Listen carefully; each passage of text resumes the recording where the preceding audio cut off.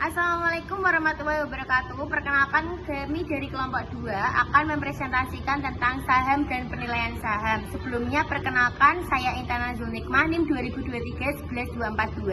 Saya Tegar Ardiansa 2023-11533. Saya Dewi Atika, NIM 2022-11370.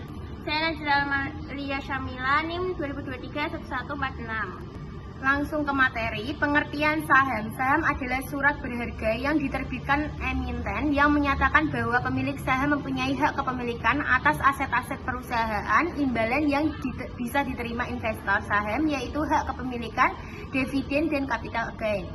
Lanjut, ada hak investor saham. Yang pertama, hak kepemilikan. Hak ini tercermin dalam voting right yang dimiliki oleh investor. Makin besar kepemilikan, makin besar hak pemegang saham untuk mengontrol perusahaan.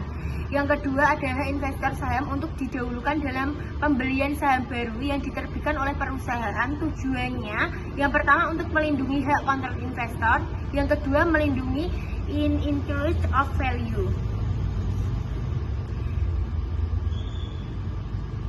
Lanjut, ada jenis saham. Yang pertama, berdasarkan hak tagihan atau klaim, yaitu ada saham biasa dan saham preferen. Yang kedua, berdasarkan penerbit, ada perusahaan dan BUMN. Yang ketiga, berdasarkan cara peralihan, ada atas nama dan atas unjuk. Lanjut lagi, ada saham biasa yang merupakan bukti kepemilikan saham dari suatu perusahaan terbatas dan pemegang saham yang mempunyai hak atas dividen yang dibagikan oleh perusahaan tersebut. Lanjut, ada voting share yang itu memilih pengurus melalui RUU PS dan ada hak pengeluaran pendapat. Ada juga alat untuk mengalihkan kepemilikan. Lanjut lagi. Baik, akan saya lanjutkan untuk presentasi yang kedua, yaitu saham preferen. Merupakan bukti kepemilikan saham yang memberikan hak kepada pemiliknya untuk mendapatkan dividen sebelum dibagikan kepada pemegang saham lainnya, dan juga bagian penjualan aktiva jika perusahaan dilikuidasi. Yang kedua, biasanya pemegang saham preferen tidak mempunyai hak suara atau non-voting share dalam RUPS.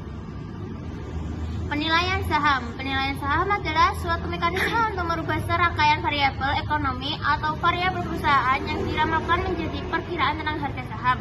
Misalnya, laba perusahaan dan dividen yang dibagikan. Maksudnya, ukuran dalam metode untuk mencari nilai-nilai saham yang menjadi ukuran dalam investasi surat berharga. Jenis-jenis penilaian saham, yaitu 1. Nilai buku. Nilai aset yang tersisa setelah dikurangi kewajiban perusahaan jika dibagikan. Yang nomor 2, nilai pasar. Harga yang dipenduk oleh pemerintah dan penawaran saham di pasar modal atau disebut juga dengan harga pasar sekunder. Nomor 3, nilai intrinsik. Disebut juga nilai teoritis, merupakan present value dari semua aliran kas yang diterima investor di masa depan. Yang selanjutnya yaitu model pertumbuhan dividen saham. Yang pertama ada model diskonto dividen. Untuk menentukan estimasi harga saham dengan mendiskontokan semua aliran dividen yang akan diterima di masa mendatang. Untuk rumusnya seperti yang di bawah ini.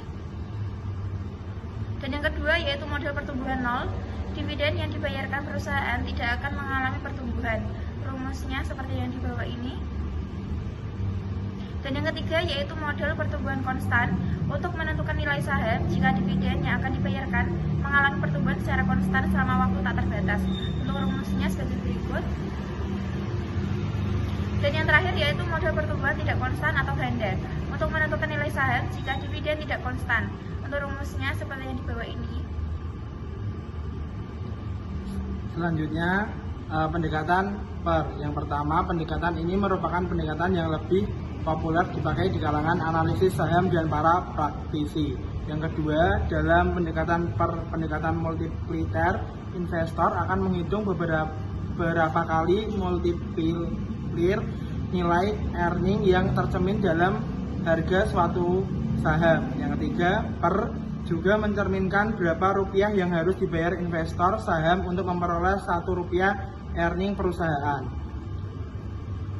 Pendekatan analisis penilaian saham secara umum terdapat 2 pendekatan dalam menganalisis perusahaan dalam rangka, yaitu pendekatan top-down. Pendekatan top-down kajian analisisnya dimulai dari situasi negara yang meliputi stabilitas politik untuk menjamin keamanan investasi serta pertumbuhan ekonomi.